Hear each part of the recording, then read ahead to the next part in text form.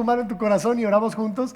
Di así: Dios, mi corazón es tierra fértil para tu palabra. Que la palabra que hoy escuche dé mucho fruto. Amén.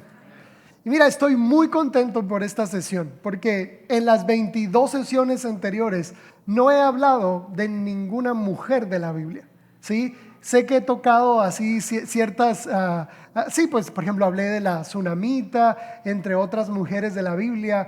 Creo que mencioné a Débora, la jueza Débora, pero no había dedicado una sesión a hablar de una mujer de la Biblia. Y hoy lo voy a hacer y voy a intentar, escucha esto, honrar a las mujeres de la Biblia y a las mujeres de casa también. La sesión de hoy tiene como título La Reina Esther. Ay, bien bonito, La Reina Esther. Y pareciera que la mujer no toma un papel protagónico en la historia, pero lo cierto es que ahí está presente. Hay una regla en el reino al que tú y yo pertenecemos, que es que lo que se hace en privado se recompensa en público. O sea, la vida privada, lo que está detrás del telón, es más importante que lo que podemos ver a simple vista. Y creo que el trabajo de la mujer en la historia bíblica, en la historia de Dios, pareciera que es en lo privado, pareciera que, porque sí es así como detrás del telón, pero ha tenido un efecto en la historia de la iglesia, en la historia de Dios, impresionante. Por ejemplo, creo que Eva, Esther, la reina Esther de la que hoy vamos a hablar, y María, la madre de Jesús, marcan los cambios de las temporadas en la historia de Dios. Obviamente en ocasiones solo vemos a Eva como aquella mujer que se equivoca o que desobedece, pero considero que en primer lugar la serpiente no debía estar en el huerto, ¿sí? Porque el trabajo de Adán era que la serpiente no estuviera ahí. La falla, lo vamos a decir así, de Eva fue consecuencia de un descuido en el liderazgo de Adán, ¿sí? Adán no sé dónde estaba, ¿por qué Eva estaba sola? ¿Sí? ¿Por qué la serpiente estaba en el templo, en el tabernáculo de Dios? No debería haber estado la serpiente ahí. Pero ojo acá con esto. Yo sé que Eva falla, desobedece por las razones que queramos, pero lo voy a decir porque considero que es así. Son cosas que debían pasar, ¿sí? O sea, en la historia que tú y yo conocemos, porque tú y yo tenemos el privilegio, chicos, de ver la historia ya cumplida, casi completa. Estamos a un paso de entrar en la última temporada del mundo, que es el milenio, 1000 años donde Cristo va a reinar. Estamos a punto de entrar al milenio y podemos ver y observar los 6 milenios anteriores y ver toda la historia de Dios que nos precede. Y lo aclaro porque entiendo que ha habido dolor en el transcurso de la historia. Entiendo que nos hemos equivocado los seres humanos y nos seguimos equivocando, pero todo era necesario para que se cumpliera el plan y la voluntad de Dios. Todo era necesario para que el propósito de Dios se cumpliera. Y te lo he explicado de esta manera y lo reitero hoy. Cuando tú vas a ser papá o mamá, es un acto de fe. Tú no sabes cómo va a salir tu hijo. Tú no sabes si te va a amar o no. Tú no sabes, y hay tantos papás que dicen: ¿cómo me gustaría meter a mis hijos en una cajita de cristal? Los que son papás primerizos, por ahí anda Amos, que acaba de ser papá, que son papás primerizos, o sea, no quieren que ni un rasguño, ¿verdad? ¿Verdad que sí? ¿Verdad? Yo no soy papá todavía, pero los que son papás, digan amén. No, hombre. No, papás en general, o sea, los que son papás, todos tuvieron ese sentimiento de que mi hijo nunca sufra. Por ejemplo, mi suegra. Yo escuché a mi suegra decir muchas veces: es que me hubiera encantado tanto meter a Miss en una cajita de cristal. Cuando Miss era niña, o sea, ella cuenta que no la dejaban salir a la calle y que iba y abría la ventanita así de la sala de su casa y que sacaba las manitas así y que la gente que pasaba por la calle le decía: oiga, ¿a dónde va? O sea, casi Miss decía: necesito amigos, ¿verdad? O sea, era muy fuerte porque este sentimiento de los padres de cuidar a los hijos y que nada pase y de que todo sea perfecto y de que no sufra y de que me ame y todas estas situaciones, es una utopía. Dios quería hijos. Cuando estaba solo en el universo, al principio de los tiempos, el corazón de Dios latía con un solo deseo y es: quiero ser papá. Quiero ser papá, y creó el universo, a los ángeles y todo esto porque quería hijos, tú y yo. Este era el sueño de Dios y Él tomó el riesgo completo para tener hijos.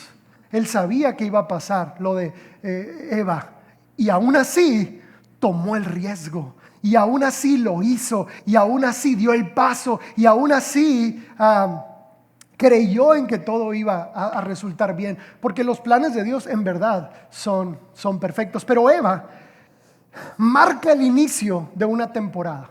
Termina una temporada que era la temporada del Jardín del Edén y empieza una nueva temporada a partir de Eva. Después viene Esther, que Esther lo que hace es cerrar la temporada de la ley, cerrar el Antiguo Testamento y abrir el camino, empezar a abrir el camino para que llegara el Mesías. Esther lo hace. Y obviamente María, pues a través de María, que es como viene Jesús, como Dios se encarna a través de María, empieza en el nacimiento de Jesús la temporada completa de la gracia. Y Esther, no sé si más o menos ubicas la historia, pero entre el Antiguo Testamento y el Nuevo Testamento hay 400 años de silencio. Esto significa que no hubo profetas, nadie escribió acerca de Dios, nadie escuchó a Dios, no hubo un mover de Dios, no hubo nada por 400 años. Familia, México tiene 200. O sea, ponte a pensar en eso. En 1810, sí, ¿te acuerdas? ¿No? O sea, bueno, a mí me gusta la historia, no sé si a ti te gusta, pues, pero en 1810 fue la independencia y en 1910 fue la revolución. ¿Te acuerdas? Bueno, dato curioso. 200 años tenemos. Y en la Biblia hay 400 años entre el Antiguo y el Nuevo Testamento donde Dios no dijo, bueno, sí dijo, pero nadie lo escuchó. No hubo nada. No hubo un mover de Dios. Y Esther termina con la temporada de la ley y abre una nueva temporada. Fíjate, la palabra Esther no era el nombre real de esta reina. Su nombre real era Hadasa, ¿ok? Y se le cambia el nombre para ocultar su verdadera identidad. ¿Recuerdas cómo a Sadrach, Mesach y Abednego también les cambiaron sus nombres? Pues en el caso de Hadasa es lo mismo, le ponen el nombre de Esther para cubrir su verdadera identidad, porque de hecho el nombre Hadasa significa descubrir lo que está oculto. Eso significa la palabra, el nombre de Esther. Y algo curioso con el libro de Esther, porque estuvo a punto de no entrar en el canon bíblico. Estuvo así de no ser parte de los 66 libros de la Biblia.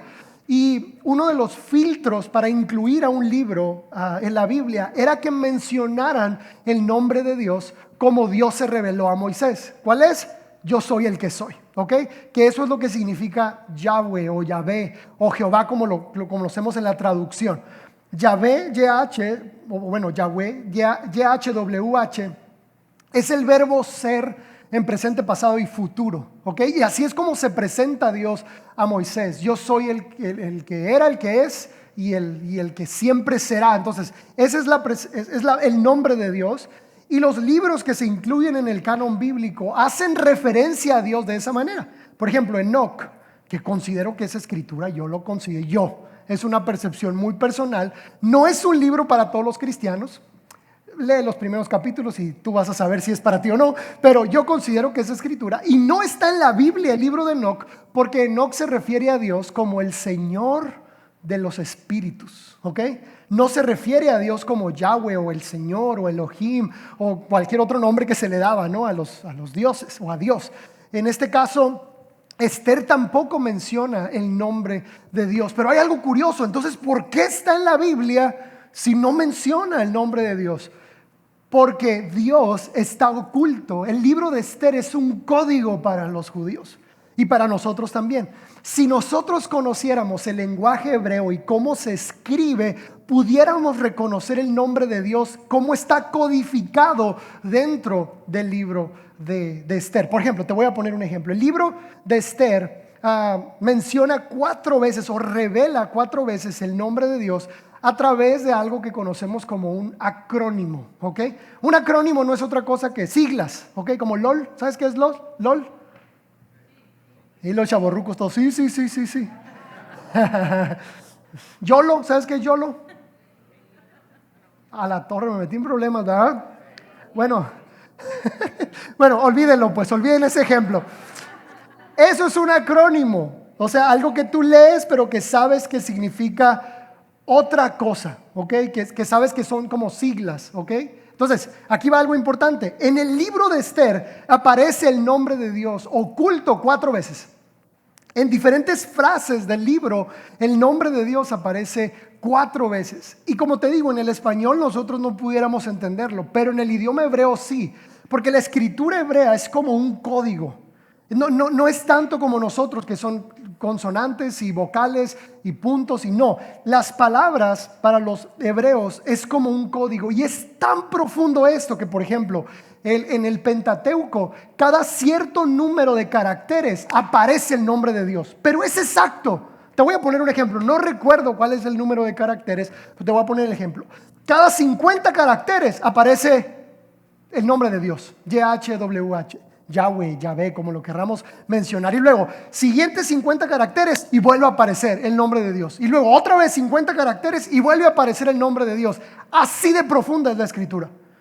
Ya en las traducciones nosotros no nos damos cuenta, pero el libro de Esther por algo se llama revelar lo oculto, descubrir lo oculto. Eso significa Adasa o Esther.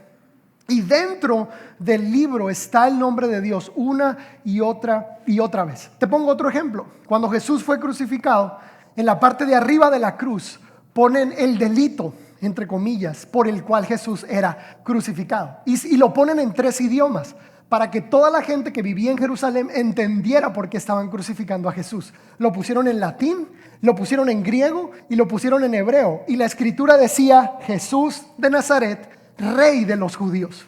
¿Ok? Eso es lo que decía. Cuando los rabinos, los religiosos del tiempo de Jesús vieron el letrero, le dijeron: Pilato, quita eso, le dice. Quita eso, no, ponle otra cosa. ¿Sabes por qué? Porque Jesús de Nazaret, rey de los judíos, es un acrónimo del nombre de Dios. YHWH. YHWH es Jesús de Nazaret, rey de los judíos. Es el acrónimo de las letras que componen el nombre de Dios. Por eso los religiosos del tiempo de Jesús dijeron: quítale eso, le pusiste el nombre de Dios en la cruz. Y Poncio Pilato dijo: escribí lo que escribí. O sea, Dios usó más a Poncio Pilato que a los fariseos. Poncio Pilato estaba profetizando que realmente el que estaba clavado en esa cruz era Yahweh mismo hecho hombre, en Jesús, dando su vida por su propia creación. Y eso es algo hermoso. Mira, así de profunda es la escritura. Nosotros, mira, tú no lees la Biblia te lee a ti. Tú crees que estás leyendo, no, la Biblia te está escudriñando a ti.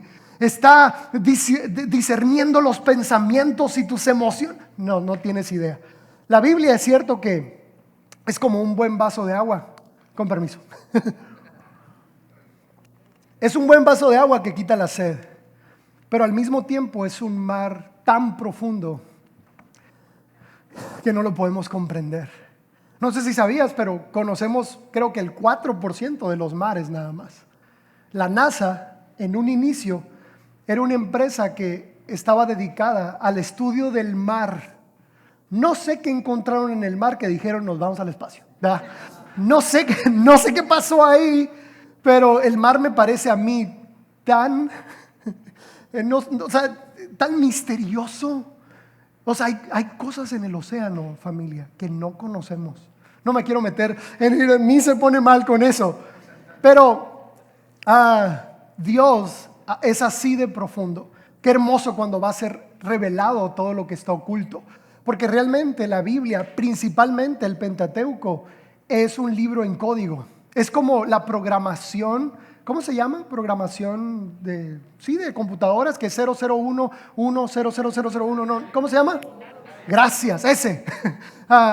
Es más o menos así como está escrito el Pentateuco. Y Vuelvo a la historia de Esther, ¿ok? Porque Esther significa descubrir lo que está oculto. Y la historia empieza de esta manera. El rey Asuero, que era el cuarto rey de Babilonia y Medo-Persa. El primero fue Nabucodonosor, ¿lo recuerdas? Cuando llevan cautivos a los israelitas. El que siguió de Nabucodonosor fue Darío.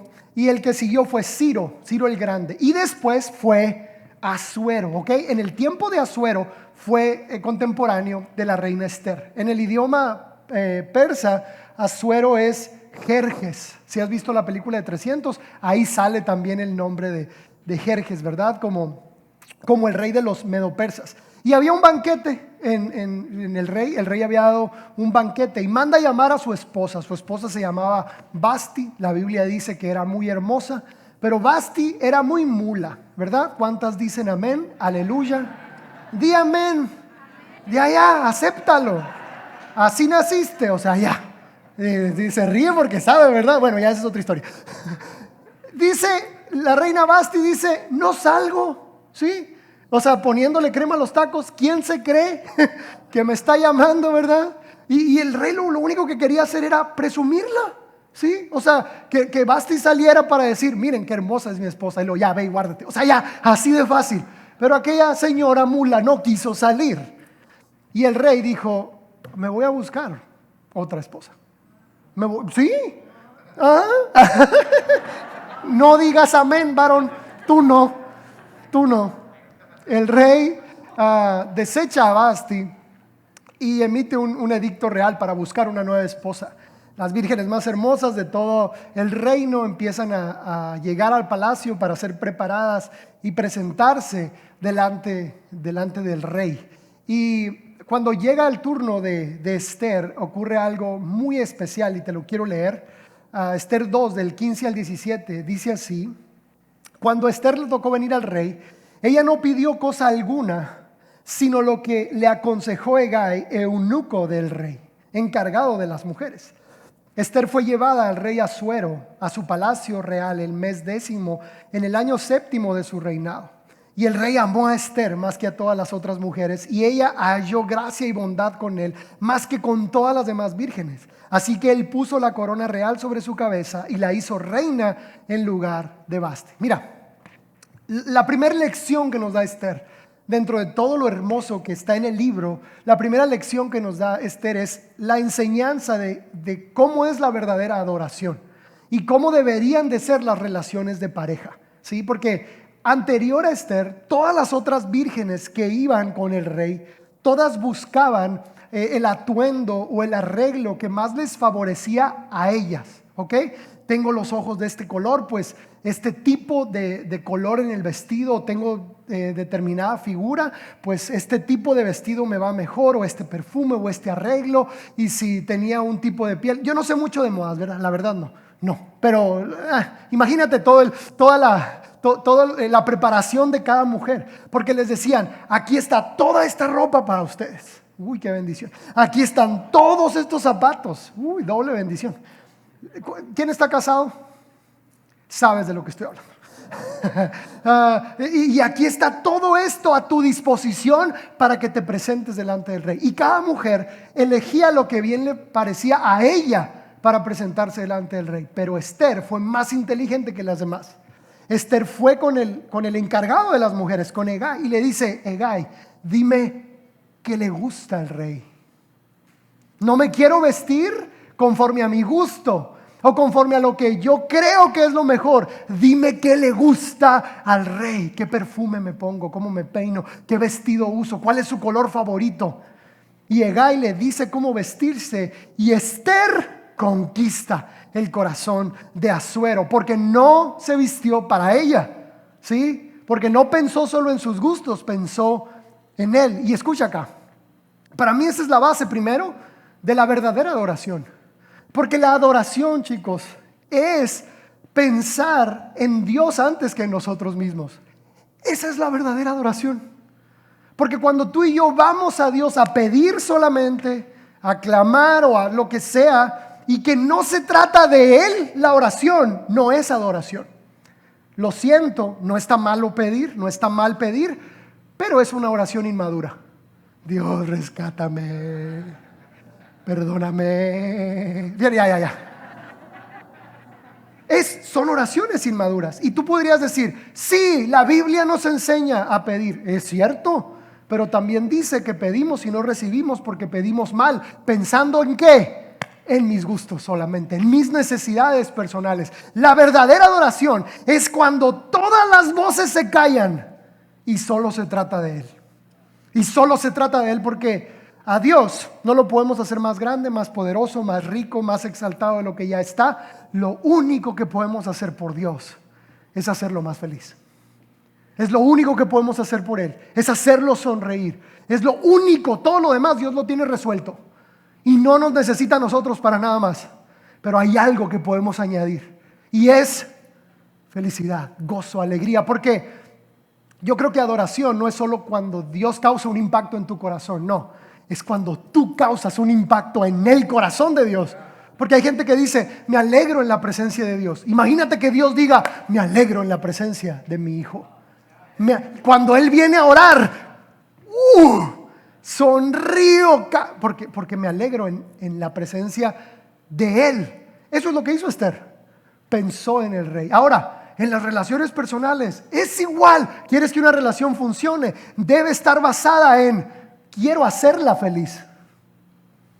Si la relación está basada en qué tanto ella puede hacer por mí, qué tanto ella puede hacerme feliz a mí, qué tanto ella puede satisfacer mis necesidades, es una relación que va a estar hueca. Y escucha, una persona que necesita, una persona que exige y una persona que siempre está pidiendo, comúnmente es una persona que se queda sola. ¿No te has dado cuenta que entre más necesitado es alguien, más solo está? Entre más exigente es alguien en una relación, más solo está. Porque el amor, chicos, se trata de cuánto tienes para dar, no cuánto esperas recibir. Y tú puedes decir, sí, pero estoy tan lastimado, a mí nadie me ha amado, estoy tan herido. La única forma de sanar es cuando tú aprendes a amar a otros. La única forma de crecer es cuando tú das en lugar de esperar algo. De eso se trata el amor, chicos. No de cuánto necesitas, sino de cuánto tienes para dar. ¿Cuánto tienes para dar? Y entiendo algo. No eres responsable de la felicidad del otro, ¿ok? Porque ahorita dije, hacerla feliz, sí. No eres responsable de la felicidad de nadie. ¿Estás acá? Ni de tus papás. ¿Sí? Pero sí puedes generar atmósferas para el crecimiento de todos. Eso es diferente. No eres responsable del crecimiento y de la felicidad de nadie, pero alrededor de ti puedes generar una atmósfera, una tierra fértil para que los demás, los que están cerca de ti, florezcan. Eso sí puedes hacer. Bueno, si alguno aplaudió, aplaudimos todos, ¿verdad?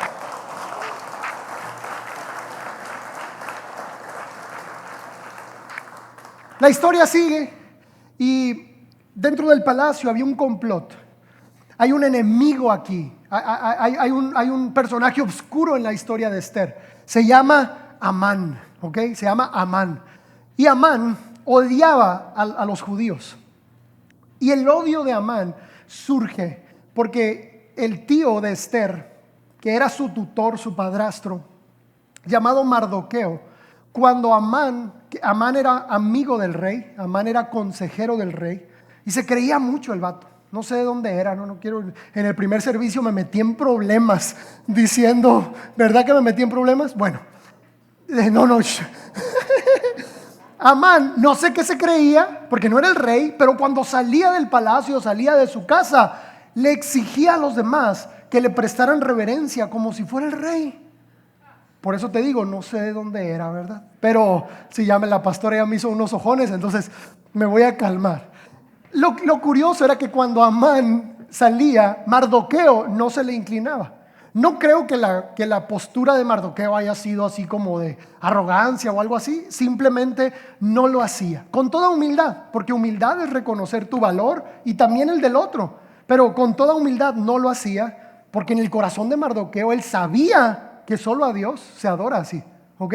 Solo a Dios se le adora así. Entonces él no prestaba o no daba reverencia a Amán, y Amán se enojó mucho con Mardoqueo. Y en una plática con el rey, quiero que leas conmigo qué es lo que Amán le dice al rey Asuero, el esposo de Esther. Dice así: y dijo Amán al rey Asuero: hay un pueblo esparcido y distribuido entre los pueblos en todas las provincias de tu reino, y sus leyes son diferentes a las de todo el pueblo, y no guardan las leyes del rey. Al rey nada le beneficia dejarlos vivir. Si le place al rey, decrete que sean destruidos. Ve el vato, o sea, ¿qué onda? O sea, ¿qué tanto odio? Decreta que una nación entera, un pueblo entero sea destruido. Y dice: y yo pesaré 10,000 talentos de plata a los que manejan la hacienda para que sean traídos a los tesoros del rey. O sea, Amán estaba manipulando al rey, estaba sobornando al rey. Te voy a dar, ¿cuánto era? ¿Sabes cuánto es 10,000 talentos de plata? Yo tampoco, pero eran, no, lo que sí, perdón pues, pero lo que sí quiero decir es que eran toneladas de plata.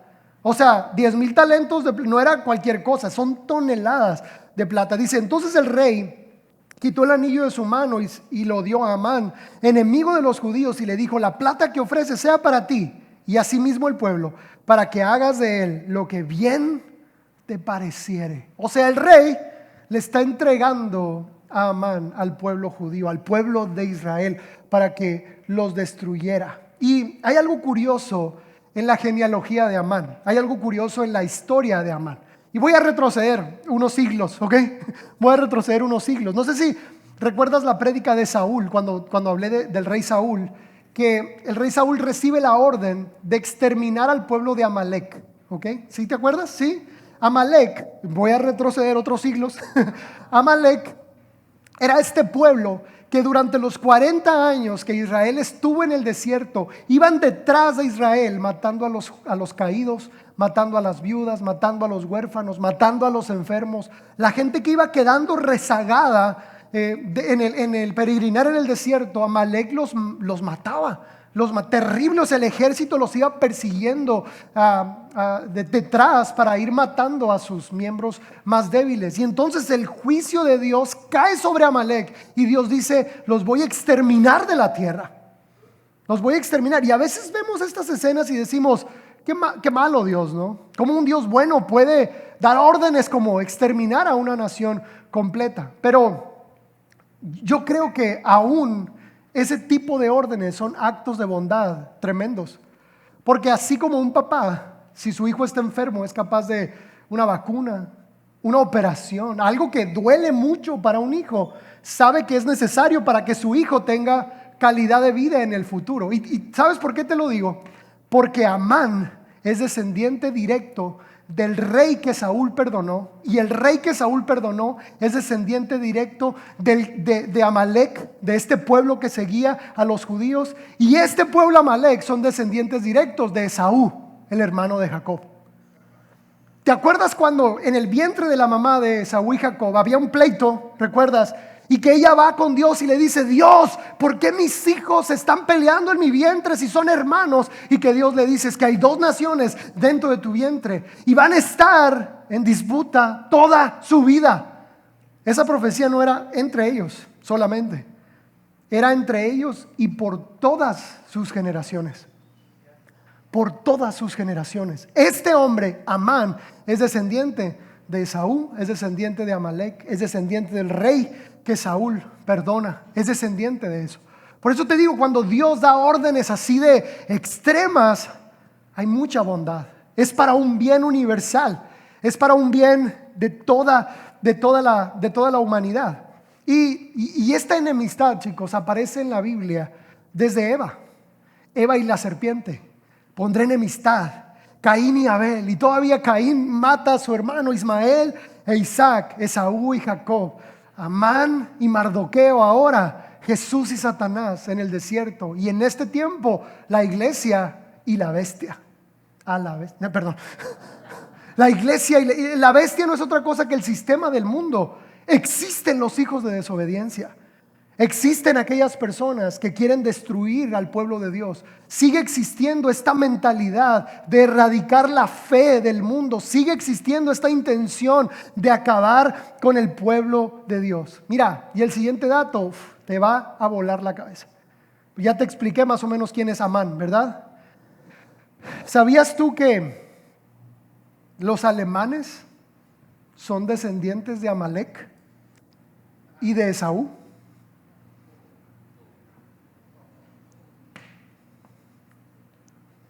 Son descendientes de ellos mismos. ¿Y qué hizo Alemania en la Segunda Guerra Mundial? No precisamente el país, pero los que representaban a ese país. ¿Qué hizo? Mató a 6 millones de judíos, incluidos 1.5 millones de niños judíos. Niños y niñas judíos. La esvástica de los nazis es tan similar al sello del ejército de Amalek. Cuando yo los vi, me impresionó tanto el ver la similitud de las dos culturas y de estos dos pensamientos, porque Amalek tiene guerra con Dios de generación en generación.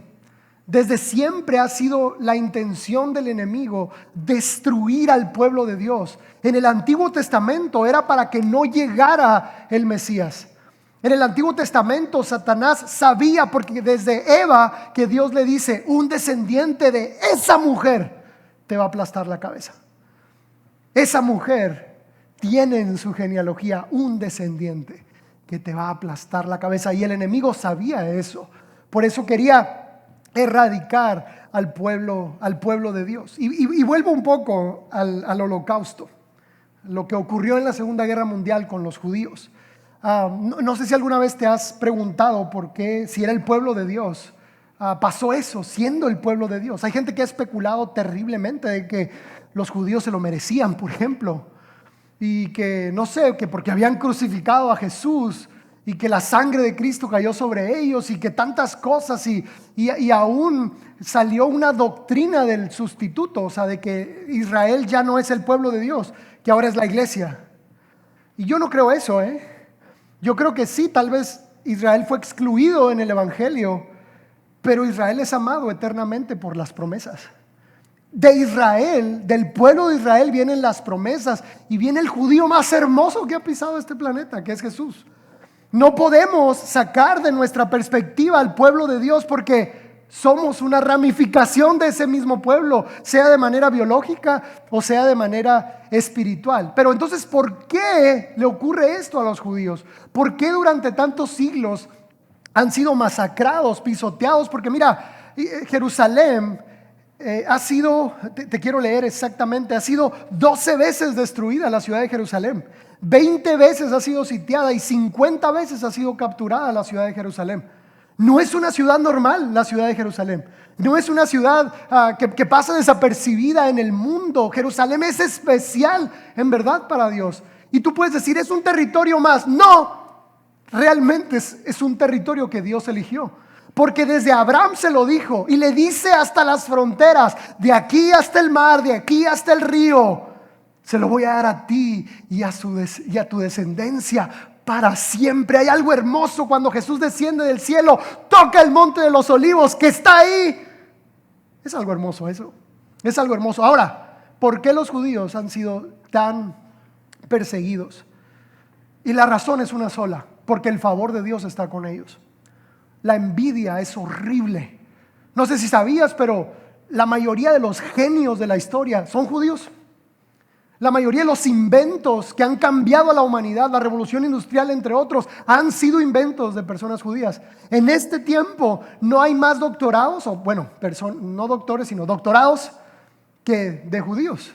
Son unos verdaderos genios. Sus negocios son los más prósperos. Es impresionante. Y eso despierta la envidia de muchas personas. Y en Alemania fue algo así, fue despojarlos de todas sus riquezas para las investigaciones, para todo lo terrible que hizo, que hicieron los nazis. Ellos tenían el capital porque eran bendecidos y por eso los exterminaron, solo por tener el favor de Dios. Y es terrible, pero al mismo tiempo había 10 millones de judíos en ese tiempo y mataron a 6.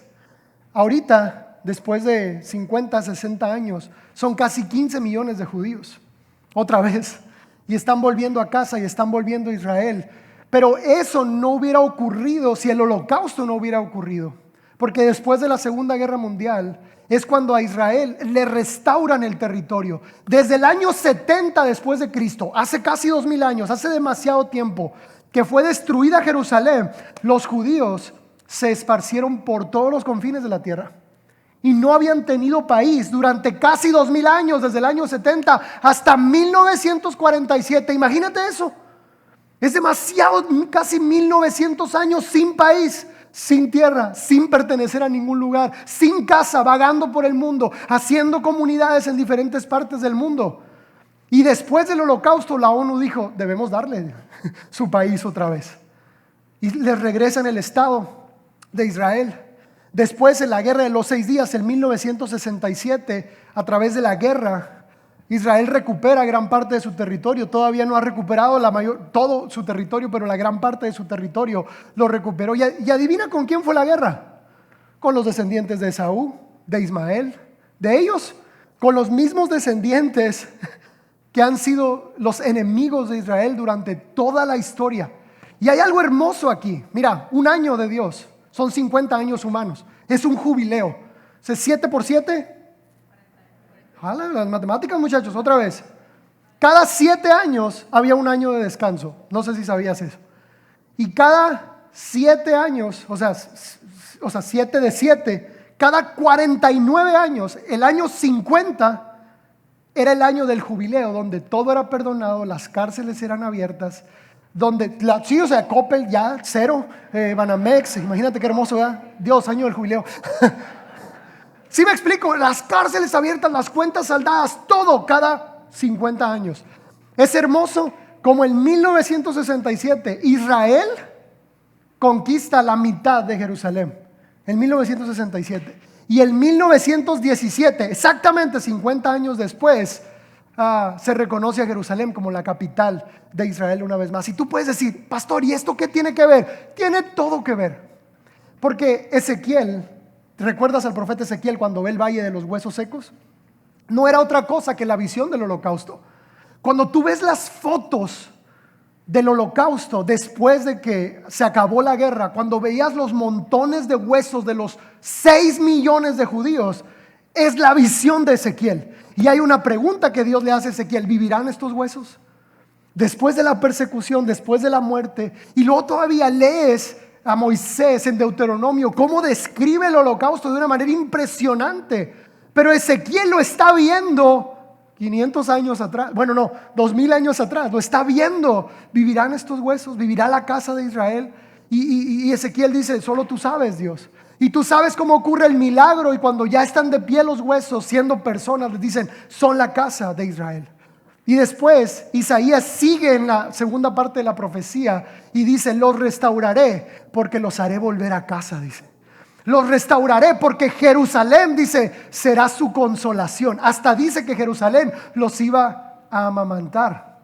¿Cómo iba a pasar esa restauración si Jerusalén no existía? No era de ellos, no tenían territorio. Después del holocausto, se les da una vez más su territorio, su ciudad, y ellos vuelven. Y esto es algo hermoso porque el éxodo que hoy está ocurriendo de regreso a Israel es mucho más grande que el éxodo que ocurrió cuando salieron de Egipto. Pero hay algo más. No solo es volver a su tierra, es volver a su Mesías. ¿Tú sabías que la tercera palabra más buscada en Israel, en Google, es Yeshua HaMashiach? Jesús el Mesías. Es la tercera palabra más buscada. ¿Quién es Jesús el Mesías? ¿Quién es Jesús el Mesías? El pueblo de Dios está volviendo a su Mesías. Y ya sé que son muchos datos históricos. ¿Sabes por qué te cuento todo esto? Porque Esther tenía el llamado de salvar al pueblo de Dios. Esther tenía el llamado de poner su vida, porque era la última oportunidad del enemigo de exterminar al pueblo de Dios para que no llegara el Mesías. Era la última oportunidad con Esther para exterminar al pueblo. Y el rey ya había dado permiso de hacerlo. Ya había dado permiso de exterminar al pueblo. Y Esther se pone en la brecha por su pueblo. Y mira, te lo voy a leer. Esther 4, del 13 al 16. El piano puede pasar, por favor. Dice así: entonces Mardoqueo dijo a Esther: no pienses que escaparás en la casa del rey más que cualquier otro judío, porque si callas absolutamente en este tiempo, respiro y liberación vendrán de alguna otra parte para los judíos, mas tú y la casa de tu padre perecerán. Y quién sabe si para esta hora has llegado al reino. Y Esther contestó: ve y reúne a todos los judíos que se hallan en Susa y ayunen por mí, y no coman ni beban en 3 días, día y noche. Yo también con mis doncellas ayunaré igualmente, y entonces entraré a ver al rey, aunque no sea conforme a la ley, y si perezco, que perezca. Esta fe de Esther, impresionante. Ella era la encargada, chicos, de que Israel sobreviviera a su última persecución, antes del Mesías. Y Esther dice: lo voy a hacer. No puedo entrar a ver al rey si él no me llama, pero lo voy a hacer. Voy a entrar a ver al rey y voy a esperar que él extienda su cetro y me dé gracia, pero lo voy a hacer por amor a mi pueblo. ¿Y qué hace el pueblo? Ayunan juntamente con ella, y ayunan con sus doncellas. Y mira, el ayuno de Esther de hace 2500 años sigue teniendo eco hasta el día de hoy, porque ese clamor a Dios y ese ayuno hizo que el pueblo sobreviviera, y a fin de cuentas trajo como fruto a nuestro Salvador. Dios siempre pone las piezas en su lugar para que su voluntad se haga. Pero no creas que una oración no tiene un poder así de grande. Tu oración está haciendo esos cambios en el mundo, porque la oración de Esther es lo que a ti y a mí hoy nos hace disfrutar de la fe que tenemos, la presencia de Dios en medio de nosotros, y todo lo que Dios nos ha dado, su salvación, su gracia.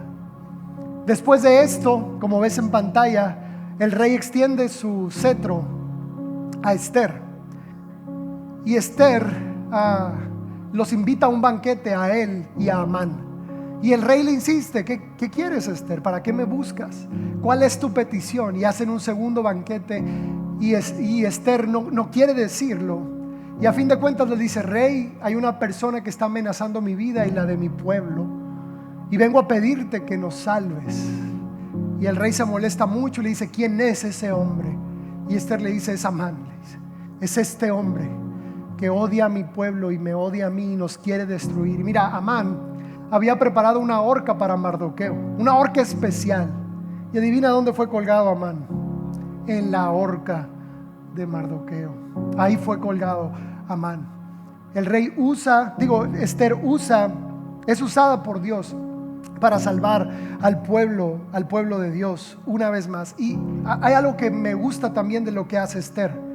Esther, antes de entrar con el rey, busca a Dios, ora y ayuna, porque la batalla con Amalek, familia, sigue hasta el día de hoy. Hay personas que no quieren ver a la iglesia prosperar. Sigue habiendo movimientos y sigue habiendo grupos en el mundo que lo único que quieren es destruir a la iglesia y a los hijos de Dios. Sigue habiendo esos grupos, sigue habiendo ese espíritu de Amalek en el corazón de personas que lo que quieren es hundir a la iglesia. Quieren hacer eso, desean que la iglesia sea destruida. Pero te lo digo porque la batalla contra Amalek, aunque es hasta el día de hoy, sigue siendo una batalla espiritual. Esther ayuna primero, ¿sí? Y hay una escena, yo sé que la recuerdas. Israel está peleando con Amalek y Moisés está arriba de una montaña, y cuando Moisés levantaba sus manos, el pueblo prevalecía, el pueblo de Israel. Y cuando Moisés se cansaba y bajaba las manos, el pueblo de Israel empezaba a perder la batalla. Y después vino Aarón y Hur y levantan las manos de Moisés, y entonces el pueblo de Israel prevaleció a tal manera que ganaron la batalla. ¿Sabes qué me enseña esto a mí? ¿Sabes qué me enseña? Que la batalla con el reino de la oscuridad no es con lanza, con espada, con jabalina. Es en lo espiritual. Es una batalla espiritual. ¿Cómo ganó Israel ese día?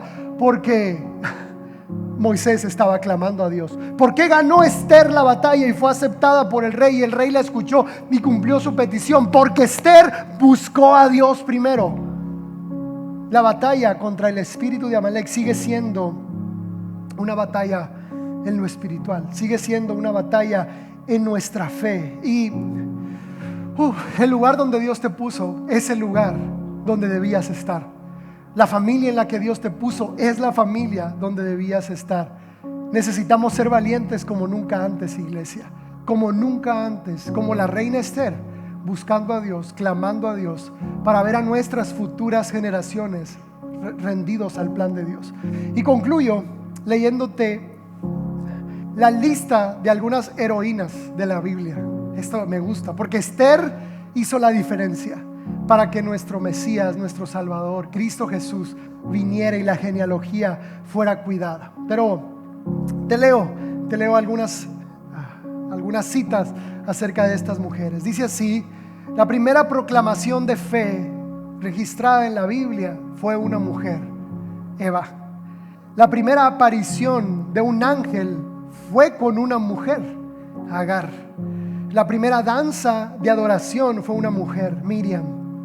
La primera mención del Mesías en una canción fue con una mujer, Ana, la mamá de Samuel. Elizabeth y María, que eran primas, fueron las primeras en creer en la llegada del Mesías. María, la madre de Jesús, fue la primera que vio a Jesús y la última antes de morir. A una samaritana se le reveló Jesús como el Mesías. Y lo que sigue es hermoso. Las mujeres fueron las primeras en ver la tumba vacía y proclamar que Jesús estaba vivo. Yo no sé en qué momento creímos que la mujer no es predicadora. Si las primeras predicadoras del evangelio en la Biblia fueron mujeres, nuestro evangelio, ¿sabes cuál es? La tumba está vacía. Ese es nuestro evangelio. El apóstol Pablo dice: si Jesús no resucitó, vana es nuestra fe. Porque cualquier religión del mundo, los restos de su fundador están en la tumba. ¿Sí? El único movimiento de fe donde su héroe murió y resucitó es el cristianismo. Es el único. La tumba de Jesús está vacía y ese es nuestro mensaje. Todos pueden predicar un mensaje de amor y de paz y de iluminación. Los cristianos también. Pero nuestro mensaje tiene valor porque nadie ha podido vencer a la muerte, solo Cristo Jesús. Y las mujeres, bueno, si uno va a aplaudir, aplaudimos todos.